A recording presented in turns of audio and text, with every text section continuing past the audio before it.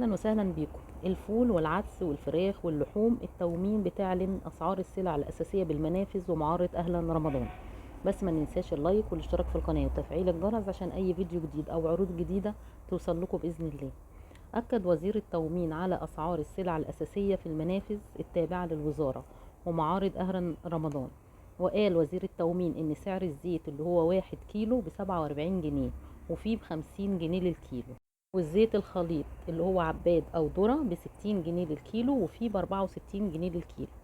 واسعار الرز ب14 جنيه وفيه ب17 جنيه، وفيه الرز الفاخر ب18 جنيه للكيلو، والسكر ب14 جنيه للكيلو وفيه ب16 جنيه للكيلو، وفيه سعر الفول ب12 جنيه ونص للنص كيلو، وفي سعر العدس النص كيلو ب17 جنيه، وفي الدقيق الفاخر 15 جنيه للكيلو وفي 16 جنيه للكيلو.